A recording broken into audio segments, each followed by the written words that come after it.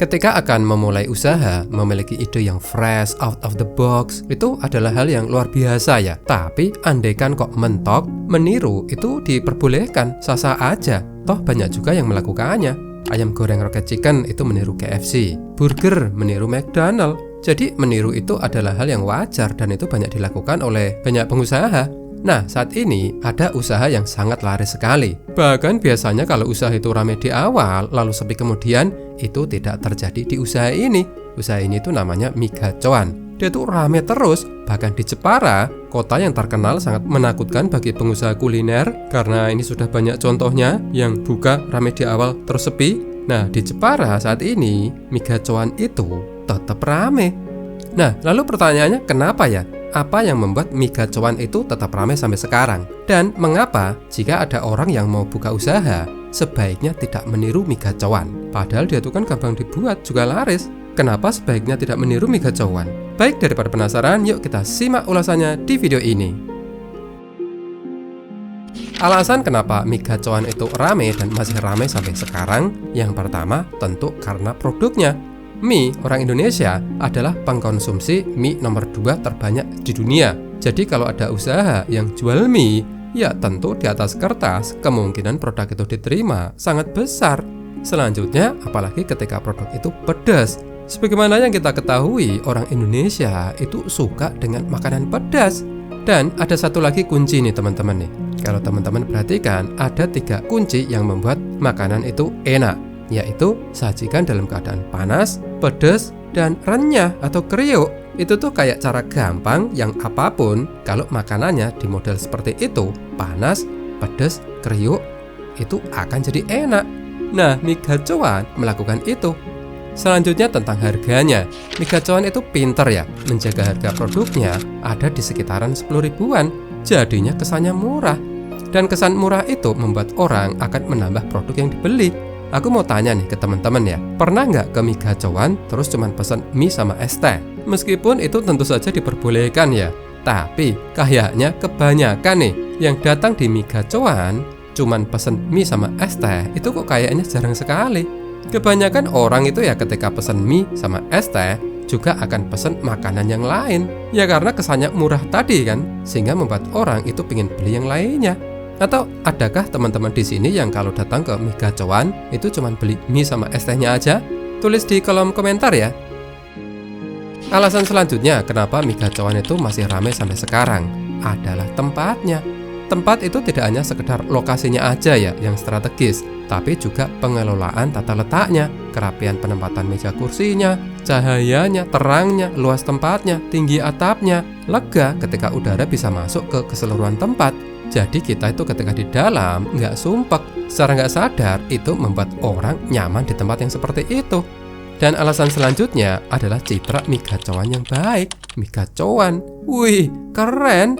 Dan citra yang baik ini penting ya, sehingga salah satu efeknya harga mie yang 10 ribuan tadi kesannya itu jadi murah banget.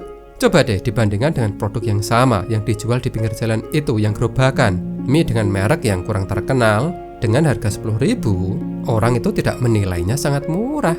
Nah, kombinasi dari itu semua, produk yang pas, harga yang sesuai, tempatnya bagus, citra mereknya baik, membuat mie gacoan itu rame dan diminati sampai sekarang.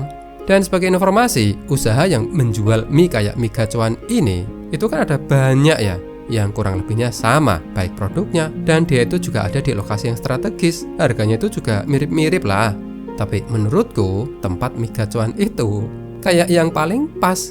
Ya, meskipun ini kembali lagi ke soal selera ya, tapi menurutku kayak pemilihan warna logonya, lampunya, desain ruangannya, eksterior-interiornya, menurutku mie gacoan itu yang paling enak. Sebelum orang makan di dalam, lihat dari luar aja itu udah enak. Atau kalau menurut teman-teman bagaimana? Silahkan tulis di kolom komentar ya.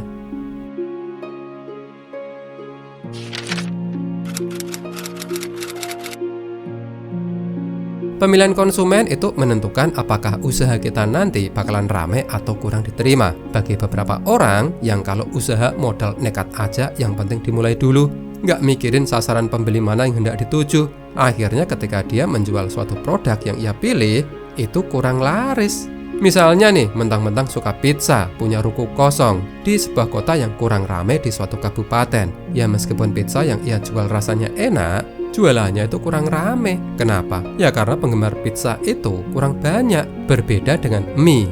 Mie gacoan menjual mie, penikmat mie itu kan pembelinya banyak. Kaula muda, cocok. Habis ada kegiatan sekolah atau habis kuliah, bisa rame-rame datang untuk makan mie. Orang kantoran nih juga cocok-cocok aja kalau mau makan mie gacoan. Mau ngajak bos oke, nggak malu-maluin. Bawahan mau ngajak bos makan mie di mie gacoan juga asik-asik aja. Anak kecil nih mau makan mie juga bisa, seleranya masih masuk. Ibu-ibu atau orang-orang komunitas nih mau kumpul-kumpul sambil makan santai di mie gacoan juga bisa. Mie gacoan itu juga cocok kalau dibungkus, makanya nggak heran banyak juga kan Grabnya dan sejenisnya itu di mie gacoan. Nah, pemilihan sasaran pembeli yang luas itu tadi tentu menguntungkan mie gacoan, makanya pembelinya itu bisa sangat banyak. Aku nggak yakin deh kalau misalnya gacoan itu jualannya pizza nih misalnya nih, itu akan bisa seramai sekarang. Atau kalau menurut teman-teman bagaimana? Silahkan tulis di kolom komentar ya.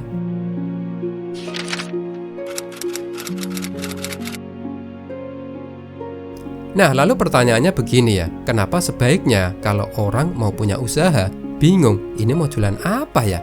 Kok sebaiknya tidak jualan mie kayak mie gacoan? Meskipun bikinnya gampang, meskipun sudah terbukti banyak orang yang suka dengan mie pedas ala mie gacoan. Alasannya, ini aku mau cerita ya. Jadi ada temanku yang jualan mie ala-ala mie gacoan ini di Jepara. Terus dia memilih buat nutup usahanya, padahal lumayan. Ya adalah yang beli.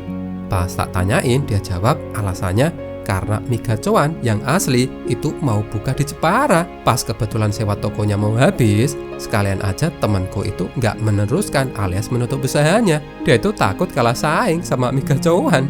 Ya kalau tak pikir-pikir sih, iya sih ya. Karena gini ya, kita itu kalau mau buka usaha, bingung mau jual produk apa, meniru itu adalah hal yang sah-sah aja, nggak masalah. Banyak juga kan usaha yang melakukannya, kayak tadi yang aku sebut di awal, Rocket Chicken niru KFC, burger niru McDonald. Itu ya sah-sah aja, boleh. Nah, tapi meskipun meniru, ya mesti tetap punya posisi tawar yang menarik. Misalnya nih, harganya lebih murah, rasa lebih enak, kuantiti di harga yang sama lebih banyak, atau tempat yang lebih dekat. Nah, jualan mie yang mirip mie gacoan, ketika nanti mie gacoan yang asli itu datang, gimana coba ngalahinya? Mie gacoan itu kan rasanya oke, harga sudah murah, tempat tentu ciamik. Ditambah dia itu memiliki nama besar. Jadi keputusan temanku buat mundur sebelum bertarung, ya bisa tak maklumin sih ya. Daripada tidak sadar diri, yang ada nanti malah dia itu bakal kalah saing, rugi.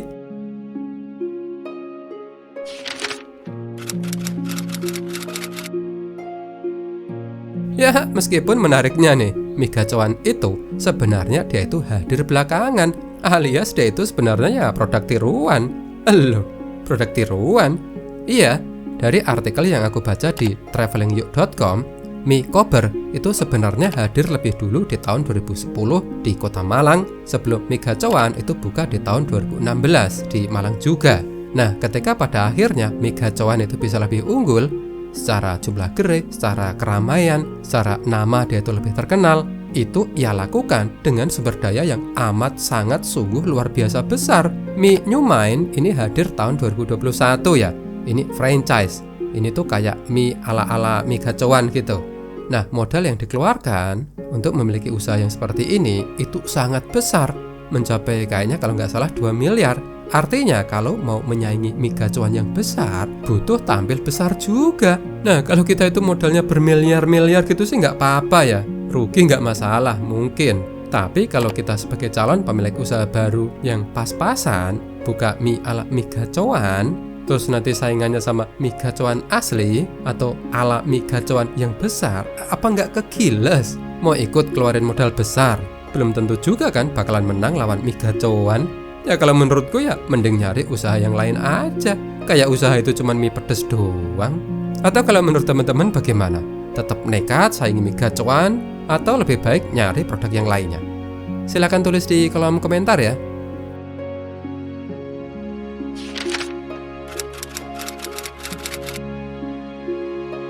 Masa depan mie gacoan kalau menurut aku sih cerah ya, karena seperti yang sudah aku sampaikan di awal, produknya mie yang adalah makanan favorit di Indonesia, pedas, orang Indonesia pada suka, lalu ada kriuknya, dan juga secara harga mie gacoan itu ramah di kantong. Tempatnya juga oke, bagus banget malah kalau aku bilang. Adapun kalau teman-teman mengalami atau menyaksikan bahwa ada usaha kekinian yang berguguran, itu disebabkan karena produknya sekedar unik aja, sekedar beda, bukan produk yang memang secara historis itu diminati. Lalu juga tempatnya nanggung. Tapi kalau untuk mie gacoan, dia tuh jual produk mie yang secara historis selalu diterima oleh pasar Indonesia. Tempatnya dia tuh juga nggak nanggung, bener-bener all out, bagus. Nah, kalau menurut teman-teman sendiri bagaimana? Apa yang menyebabkan mie gacoan kayaknya masih lama bertahan? Atau adakah di sini yang merasa bahwa mie gacoan itu sebentar lagi akan sepi? Tulis pendapatmu di kolom komentar ya.